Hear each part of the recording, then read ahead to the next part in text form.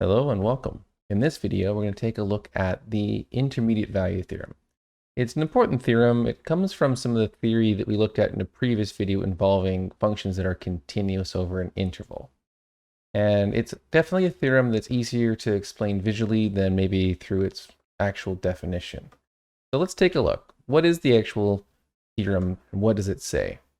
Well, it says if f is continuous over the closed interval from a to b, and n is a value between f of a and f of b, then there exists a value c in the open interval from a to b such that f of c equals n. All right, now that's quite a lot of different terminology going on there. It's going to be very helpful to try to visualize this so you have an idea about what numbers involved in this theorem are along the horizontal axis, what numbers are along the vertical axis. And first of all, we can draw a continuous function. So we can start with that. Picking at the very first condition in this, f is continuous on the closed interval from a to b. So we'll start off with a closed interval, a and b, and you can see that, of course, intervals are always listed from smallest to largest value, so a is going to be to the left of b along the horizontal axis. And then we can have a function that is continuous. So at least from a to b, we can't have any removable discontinuities, or we can't have any jump discontinuities. We can't have any asymptotes.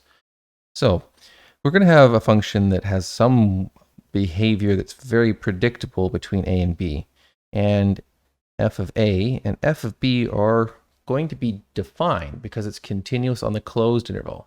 So at the very least, it has to be continuous from the right as we travel towards a, and it has to be continuous from the left as we travel towards b. Okay, now the next condition, if n is a value between f of a and f of b.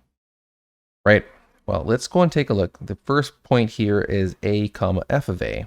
And so this value along the y-axis would be f of a. It's the value of the function at a. And then I've got another point here at b comma f of b. And taking a look at the y-axis, that value would be f of b along the y-axis. So just using a little horizontal ruler here, hopefully I've drawn that reasonably to scale, f of b and f of a. Now, when we say that n is a value between f of a and f of b, then we might have n in the middle of those two numbers, with f of a being the smallest and f of b being the largest. Or we could have n be in the middle of those numbers, with f of b being the smallest and f of a being the largest. I can't really tell you which it is. You can see in this example that I've drawn here that f of a is smaller than f of b. But when we say it's between, it just means, one of those values is bigger than the other, and n is a number between them. Now that means, using a horizontal line here, pick a value anywhere between f of a and f of b. Pick a value, whatever you like, and we're going to label that value n. So now we can start to understand what the conclusion is. There must exist a value c somewhere in between a and b, such that f of c equals n. Okay, well, you can see along this dotted line, there is in fact a point on the blue curve where the function has a value of n, and that would occur at an x coordinate of x equals c. So there is a value c such that f of c equals n. And this is true. This is a conclusion that is true so long as you meet the two conditions. The two conditions are highlighted. You have to have a continuous function over a closed interval, and you have to choose a value of n that's between f of a and f of b. And if you do that, if you have both those conditions, then no matter what you choose for n, there's going to be a value somewhere in the middle of a and b such that f of that value equals n. Now, that's not to say that there might not be more than one value of c that exists. The fact that we say that a value exists doesn't mean it's the only one. It's not necessarily unique. Let's take a look at another picture here to see an example of that. Okay, here I've got another example, and you can see I've made this curve a little bit more interesting looking. It's got some extra waves up and down, And this time around, I've actually got f of a being larger than f of b. Now we can try to apply the theorem to this example. And you can see, well, first of all, f of a is going to be up here somewhere, the larger of the two y coordinates. F of b is down here somewhere. And now you're free to take this horizontal line and place it somewhere between f of a and f of b. And there would be some values up here where you can see the function only crosses that line once. There are values down here where the function may cross it multiple times. So if I let this be my value of n, you can double check. I've got a continuous function and n is between the values f of b and f of a. And any one of a few different values along the x-axis will suffice to give us the conclusion of the intermediate value theorem. We can call each of these values C. C1, C2, or C3 would be all potential candidates, all of which would make the conclusion valid. All of them would make this conclusion true. And no matter how many examples we try to draw, it's always going to end up that this conclusion is true. Now this gives us kind of the basis about what a theorem really is. A theorem is really usually formulated so that you have a set of conditions, and if all of those conditions are met, the conclusion must follow. There's no doubt about it. The conclusion just is immediately drawn from the conditions. Now, this particular theorem is very wordy. It has a lot of little terms in there, but visually it's pretty simple. And so I like to just think of this as kind of like the why did the chicken cross the road theorem. The chicken crossed the road because it was on one side at one given time. It was on the other side of the road at another given time. And the chicken's path is continuous. So ergo, it had to cross the road at some point in time. That's basically what we're doing, right? You've got a value that's down here. You got a value that's up here. There's a line in the middle. If it's a continuous function, you have to cross the line. The intermediate value theorem is actually pretty easy to state in those kind of terms. But where is this going to be useful? Let's try to take a look at an application. Okay, here I've got a function. It's a quartic. It's a degree 4 polynomial. F of x equals 2x to the 4 minus 9x cubed plus 12x minus 3. And we want to show that it has a root between x equals 0 and x equals 3. So just to be clear here, when we say it has a root, what we want to show, we could use WTS for short, we want to show that 2x to the 4 minus 9x cubed plus 12x minus 3 equals 0 for some value of x, let's say, in the interval from 0 to 1. Okay, that gives us a great place to start because we're talking about an interval, and that actually helps us to kind of establish that there's probably a reason why the intermediate value theorem is going to be useful for this. Again, it's kind of like the chicken cross the road theorem. If we want to show that something equals 0, then we can show, first of all, that the function is continuous on the interval. That's the first condition of the intermediate value theorem. And we want to show that at some point it's on one side of the road and at some point it's at the other side of the road. One side has to be below 0 and one side has to be above 0, in which case then we have to cross that x-axis where the function equals 0. So now that we got that kind of in our mind, let's see if we can figure out how to word this. This is proof that it has a root, and proofs usually would involve at least a few sentences of explanation.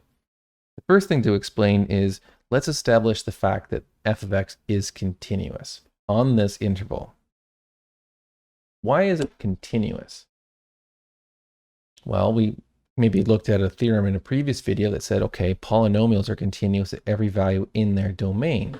So we can definitely say that f of x is continuous on this closed interval. And maybe to the person who wants to understand why you have a root, they might need a little more explanation than that. Why is it continuous? Well, because it's a polynomial. In fact, that's actually because of a previous theorem, but we didn't really have a name for that theorem, so it's hard to refer back to that. But just knowing that it's a polynomial is really sufficient here. It's continuous over all real numbers. So it's definitely continuous on this closed interval. Now, we need more information before we can come up with the conclusion of the intermediate value theorem. The next condition is we need to pick n between f of a and f of b. Well, in this interval, our a is 0 and our b is 1. hopefully, whatever f of a is and f of b is, 0 is going to be between those two numbers. So let's evaluate this function at 0 and see what we get. That's pretty easy. That's just minus 3. Let's evaluate the function at the other endpoint, f of 1. And if you add up all the coefficients, then you can quickly find out that that is 2. Great, we've got a continuous function. It started as a negative value at one end, and it ended at a positive value at the other end. And now we've got our chicken crossing the road.